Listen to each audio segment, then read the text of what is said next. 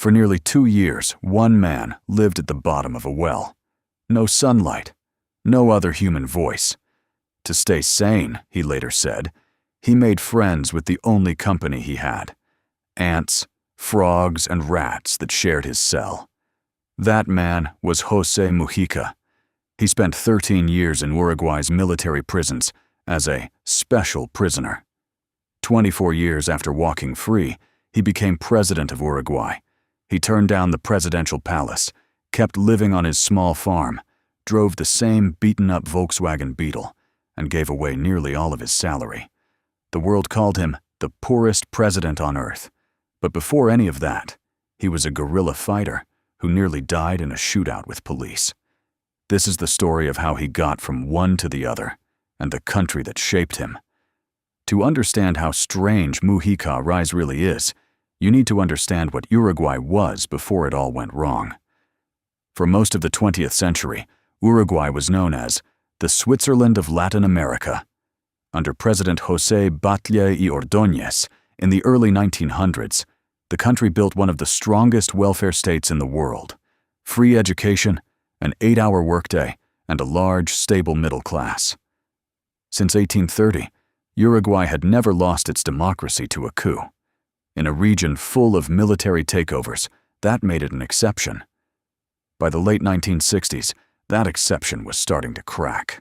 Inflation was rampant, the economy was stalling, and protests by students and workers were met with growing state repression.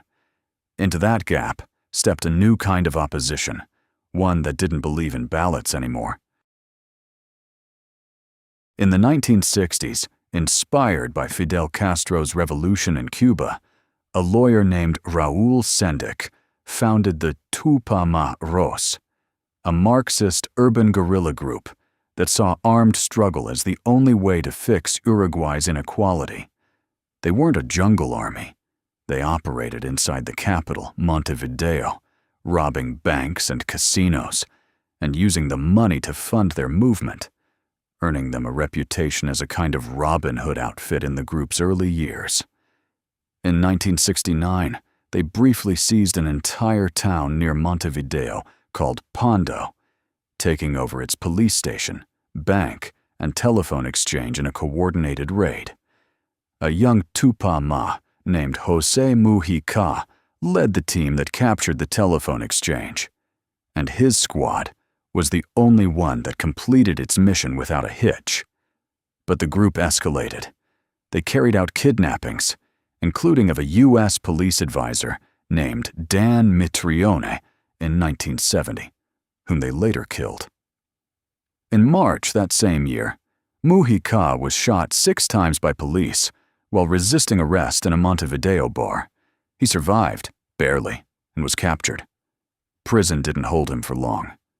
In September 1971, Mujica took part in one of the largest jailbreaks in history. Tupamaro prisoners had spent months secretly digging a 130-foot tunnel from a rented house into Punta Carretas prison. When it was finished, Mujica and 105 other inmates walked out through it.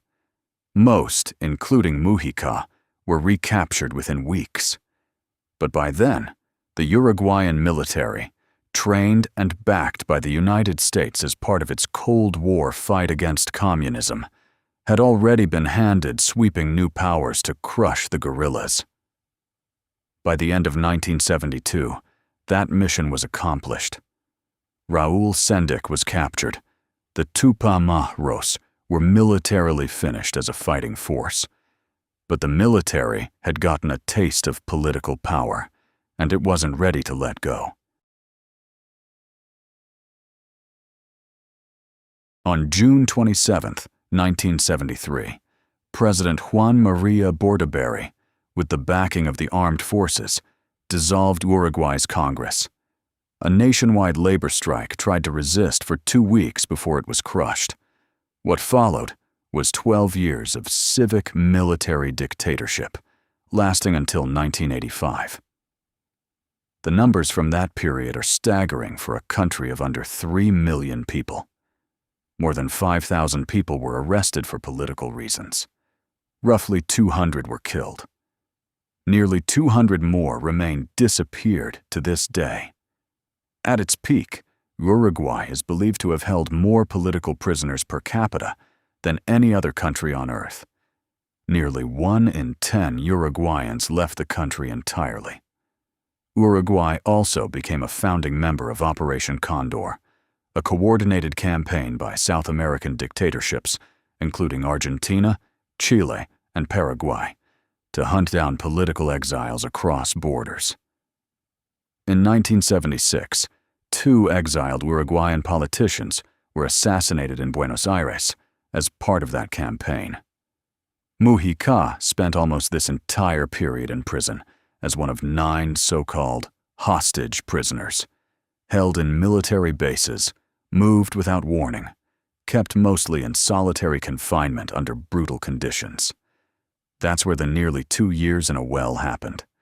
In total, between his final capture and his release, he lost 13 years of his life to Uruguay's prisons.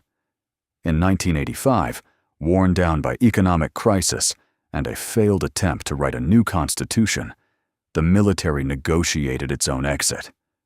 Uruguay returned to democracy, and a general amnesty freed Mujica along with the country's other political prisoners. He didn't go back to armed struggle. Instead, the former guerrillas formed a legal party, the Movement of Popular Participation, and joined a broader left-wing coalition called the Broad Front.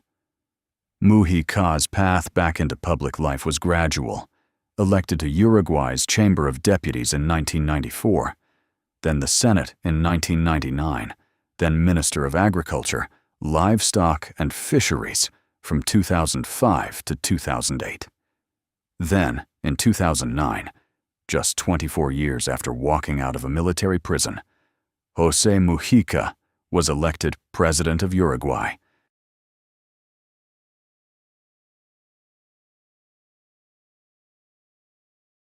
Mujica took office in March 2010, and almost immediately broke every expectation of what a president should look like. He refused to live in the presidential residence, staying instead at his modest flower farm outside Montevideo. He kept driving his old sky blue Volkswagen Beetle. He donated roughly 90% of his salary to charity and small business programs. "We elect a president," he once said, "and it's as if they're a candidate to be king." He wanted none of that. His government also passed some of the most progressive laws in Latin America at the time, decriminalizing abortion up to 12 weeks in 2012, legalizing same-sex marriage in 2013, and, later that same year, making Uruguay the first country in the world to fully legalize the production, sale, and use of marijuana at a national level. By the time he left office in 2015, Mujica wasn't just a former president. He was an international symbol, proof to many that political power didn't have to change who you were. Mujica remained politically active for years afterward, backing the Broad Front's Yamandu Orsi in Uruguay's 2024 election. In April 2024, he revealed he'd been diagnosed with esophageal cancer. By January 2025, it had spread to his liver, and he chose to stop treatment. "Honestly, I'm dying," he told a Uruguayan magazine in what became his final interview. José Mujica died on May 13, 2025, at his farmhouse on the outskirts of Montevideo, 1 week before what would have been his 90th birthday. Uruguay declared 3 days of national mourning. Leaders including Brazil's Lula da Silva and Chile's Gabriel Boric attended his funeral, alongside an estimated 100,000 ordinary Uruguayans. Mujica's life is often told as a feel-good story about humility. But the deeper story is about a country that fell from being one of Latin America's most stable democracies into one of its most repressive dictatorships, and somehow found its way back. The man who once picked up a gun to force change ended up spending his presidency trying to prove that power didn't need palaces, motorcades, or fear to function. Uruguay's history shows both how fragile democratic stability can be and how far a country and a person can travel back from its collapse.